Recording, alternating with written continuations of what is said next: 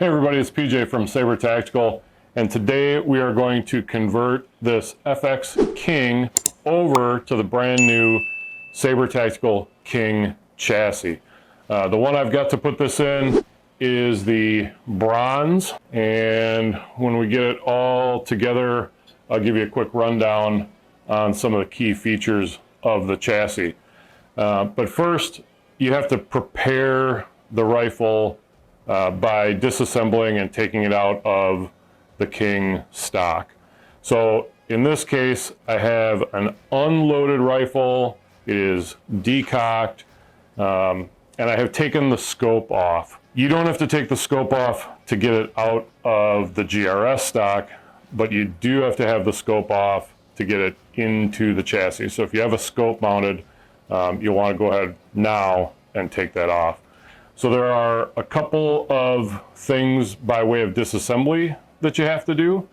The first involves the safety switch. As far as tools for this build, I've got a 2.5 millimeter Allen, a 3 millimeter Allen, and then a 4 and a 5. I also have my magnetic parts tray, and you're going to need some sort of castle nut wrench down the road. And with castle nut wrenches for this particular purpose, smaller is actually better. So this is actually out of one of my Air Force rifles, and it's perfect for what we're going to be doing here today. So the first thing I would do is take out the safety switch. Now on the King, there's actually two sides to this. There is the side that is sort of hidden here in the wood, and then there's the side with the actual switch, and both of them have screws.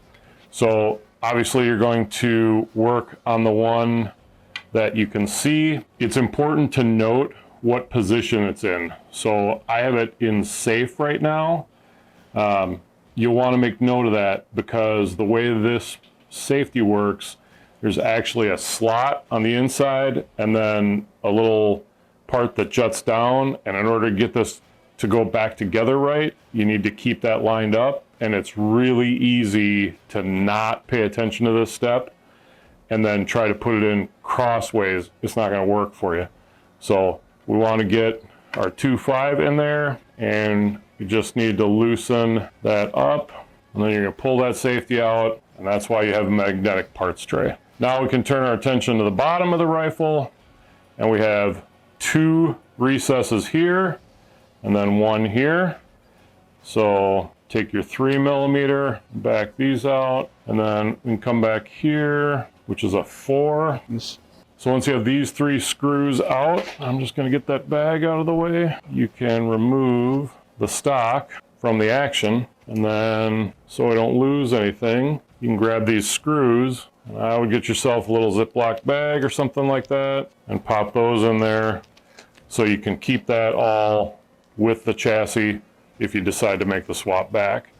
You may want to keep in mind too that the trigger guard assembly comes out, so maybe putting those in a bigger bag so it's all together, because if you lose any part of that, you're going to have a hard time turning back time if that's the direction you want to go. So we have the bear action here.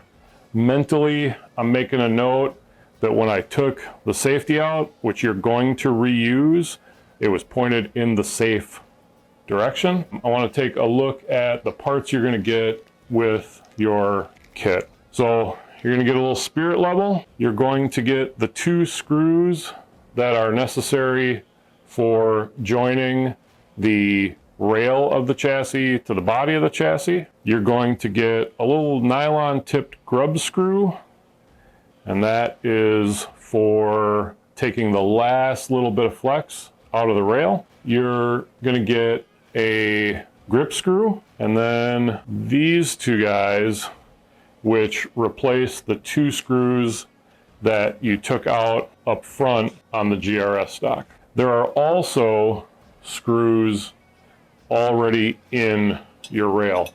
Now in this case, I've already attached the front using these 2 screws, and that's a super simple matter of just lining everything up and then screwing them together. That uses a 4mm Allen. You can see where those are, and those kind of stay hidden inside of there. On the chassis itself, there are a couple other screws, but they're basically captive. So this piece has to come off before assembly. This piece has 2 screws in it, and you loosen those and then slide your spirit level in. The main body screw right here is already in the chassis, and it's held captive by the trigger guard assembly. So in order to get this ready for installation, we need our 2.5, and we're gonna back out the screws on the trigger guard. Those shouldn't be in too tight. That just comes off, and then we can get at the main screw that holds the action in. That's going to be used with these two. I'm going to take, again, it's a 2.5, and back this guy out. One note on this front edge, in order to give it just a really clean look when it goes over the top there, is actually pretty sharp, and the little prongs that hold on the spirit level can get snagged on things. So you just want to pay attention to those edges, make sure you're not doing anything that's going to injure yourself.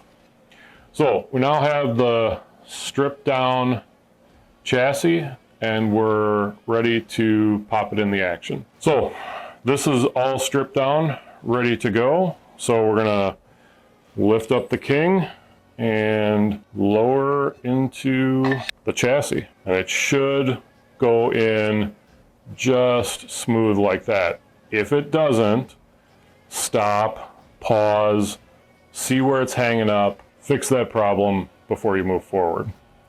Once we have this on, I'm going to roll it over, and I'm going to start with this screw right here, which is the one that we took out that was captive under the trigger guard.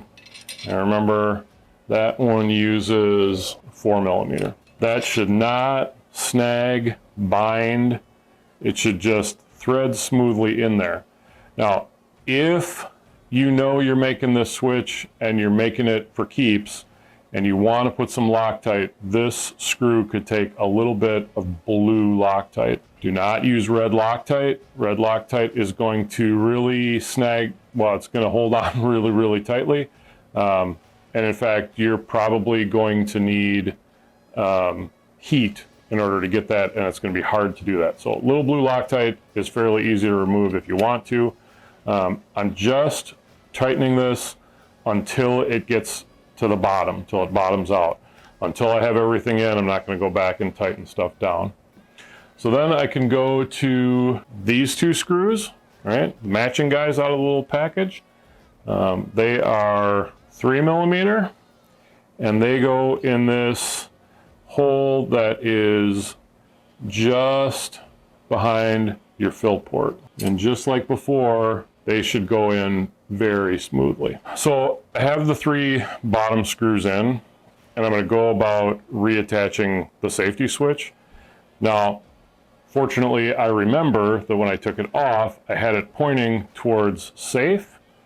So I'm going to put it in the same orientation, and I'm pushing in and giving it a little bit of a wiggle so that I know that it is located itself in that channel. If you don't get it in that channel and go to try and tighten it down, it's not going to work out, and you're going to become frustrated by it. So make sure this is right before you start screwing that in. So when you have this bottomed out, it is possible to over tighten it. Now that's not necessarily going to harm anything unless you go crazy, but it will make it hard to move back and forth, and it should be it should be a really easy switch to move. So you want to make sure that it's functioning. It's in safe now. I can't do anything. Put it in fire, and I'm able to release the trigger. So I know that that is set and good. So I can turn myself to the top, and I'm going to bring this block in. I'm going to set that in place, and then that screw is going to go in there. And again, this is a 3mm Allen. Now I know the bottom screws are set, and And I know the safety switch is set, so I went ahead and just tightened that one down. Again, if you wanted to, blue Loctite, but not anything more severe than that. So now I'm going to tighten these front screws, and then I'm going to come back with my 4 and tighten that one. Now I can go back to the trigger guard. The trigger guard, just like to do a little bit of a feel check on the side to make sure it's all lined up before I snug that down. Again, none of these parts need to be Gorilla tight. Okay? A little bit is all you really need. And again, if you want Loctite, blue Loctite only. So now I'm going to turn my attention to the grip. This one uses 5mm. And the only thing I would caution you on anytime you're putting on one of these AR style grips is that you really make sure you line up the threads decently. They should go in smooth, nice and easy. It's a 45-degree angle, and because it's not straight in, it is an easy one to get cross-threaded. And if you do that, remember, steel screws into aluminum, even quality aluminum, you're going to wind up stripping something out. So we don't want that. So get that on and tightened. Then, if you remember, we had this little kind of nylon tip. You can take that and thread it in right here.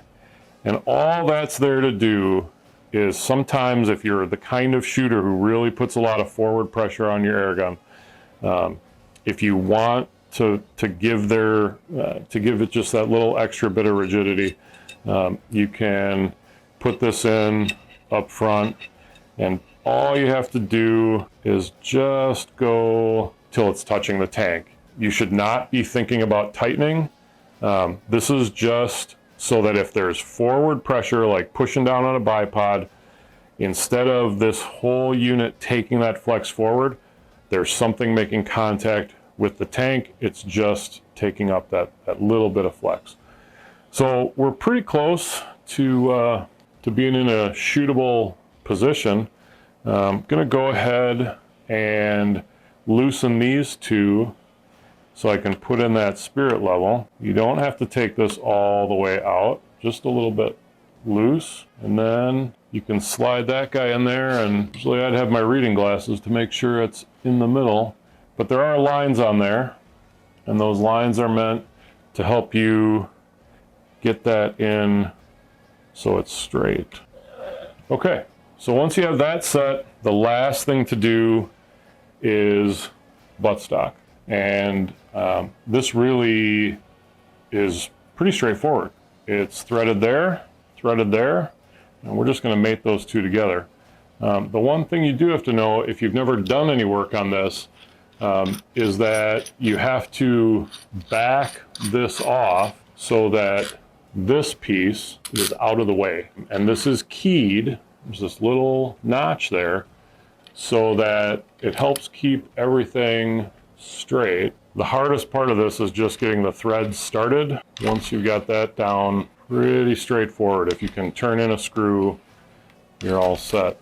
Now as you get to the end, there's going to be a point, because there's a tab on there that fits into the action, and that's what makes sure everything stays true and you don't have a situation where your buttstock is either like that or like that. You want it to be straight, so that's keyed together. Slide that forward, and then you start turning this castle nut forward until everything gets snug. Let's get that close. So this is where your castle nut wrench comes in. You're going to hook this into the teeth on the nut and then just tighten it down. And you have a rock solid butt pad. There is no wiggle or flex there. Your safety's back in and working. This rifle is ready to have a scope put on it and ready to get out in the field. If you have questions about the installation or applicability or features, please let us know in the comments so we can get those answered as quickly as we can. We do monitor those comments and try to get you the best information we can as quickly as possible. But you know, if you don't see an answer in a couple days, feel free to ask again. Until the next video, everybody, shoot safe, shoot straight, and we'll see you around.